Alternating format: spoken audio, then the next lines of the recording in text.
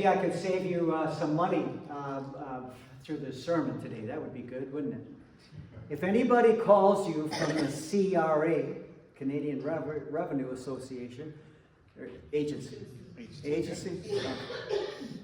and they say you haven't paid all of your taxes, and please do so now, hang up the phone, okay? This is a scam that's been going around Canada, and apparently as much as $30 million has been lost.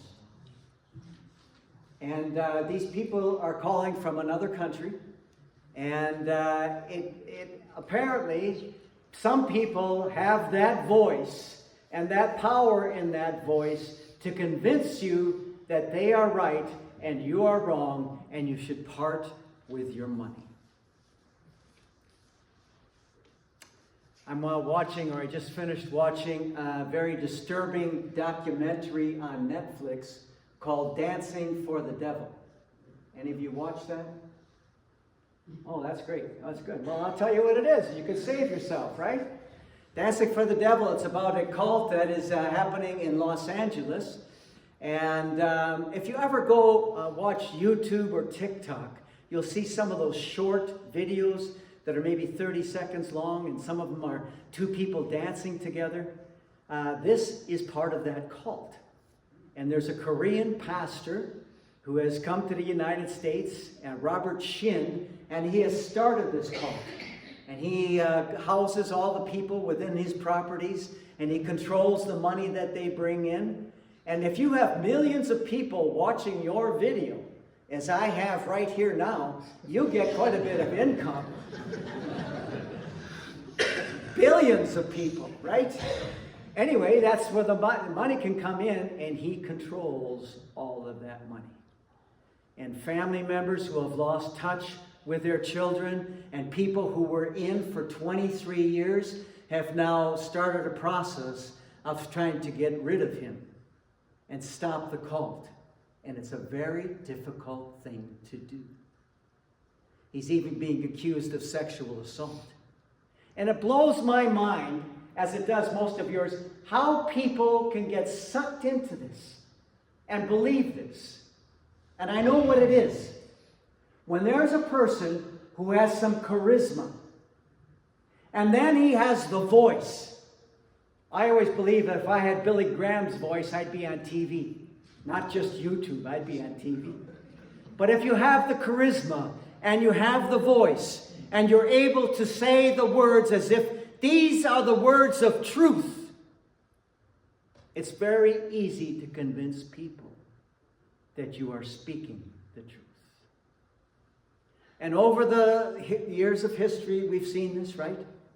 Hitler, right? Pol Pot. And you go down the list. You wonder how people could be coerced. I mean, in Nazi Germany, how many of those people were Lutheran people? Family members of ours, distant relations. And yet they too were swayed by the power and charisma of one person. And all through history, we have these powerful people with the rich, powerful voices who can convince people that they are right. We're seeing this in politics. I won't mention names, but you know this, right? And it really doesn't have much to do with the truth. It's just convincing people that you are the truth and you have the truth. And if you follow me, it will be a better thing. Jesus' mother and brothers and sisters came to him. He was doing great things, and they were worried about him. They were worried that he was doing things with a power that they had no idea what it was about. And they wanted to come and to take him out and to stop this ministry, if that's what he called it, because they were afraid of what he was doing. It is hard for us to discern, right?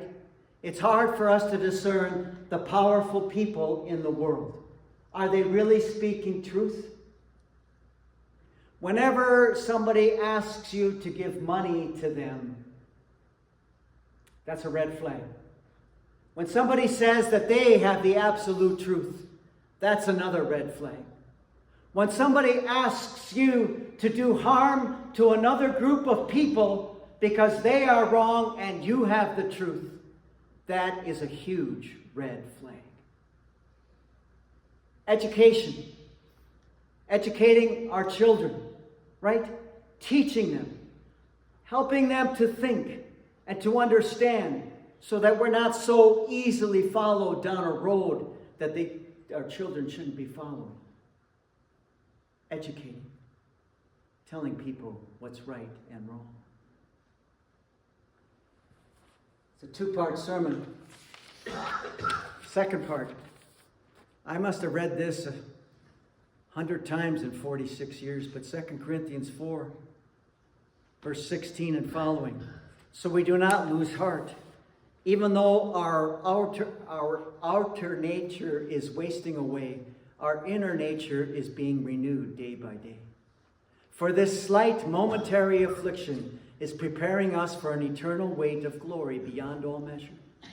Because we look not at what can be seen, but what cannot be seen. For what can be seen is temporary, and what cannot be seen is eternal. For we know that if the earthly tent we live in is destroyed, we have a building from God, a house not made with hands, eternal in the heavens. Have any of you noticed things changing physically? Anybody losing hair, graying hair, getting a little harder of hearing, right? Eyesight, illnesses, right? This is what Paul's talking about. A deterioration of the things that are temporary. And this is happening to us. It happened to our grandparents and great-grandparents and all of our family members before. This life that we feel is so important is temporary. And it's all wasting away. And soon it will be gone. And this is a time. This is a time for us to be building on that which is permanent. And what is permanent is our relationship with God. Every day becoming stronger in our faith and realizing that this temporary temple that is being destroyed doesn't really matter. What matters is this relationship with God, our faith, and every day getting stronger and stronger. Amen.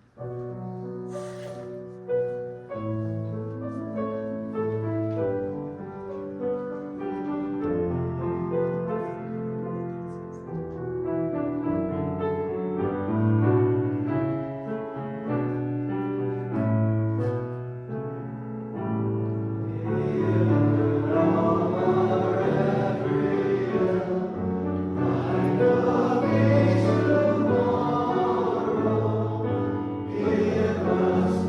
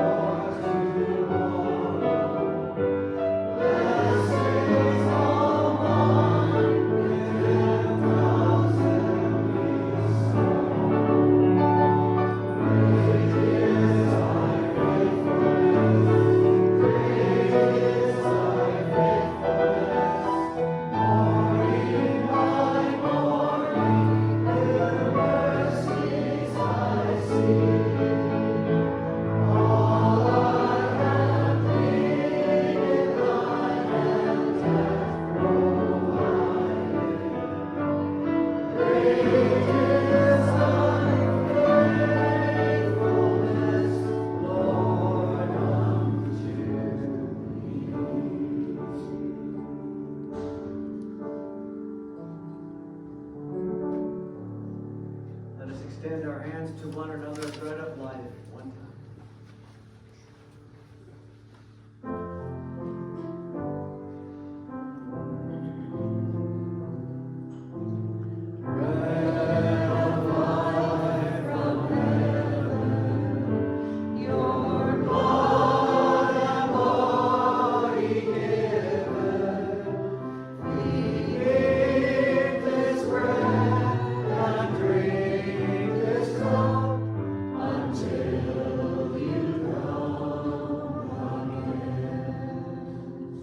Go in peace, serve the Lord.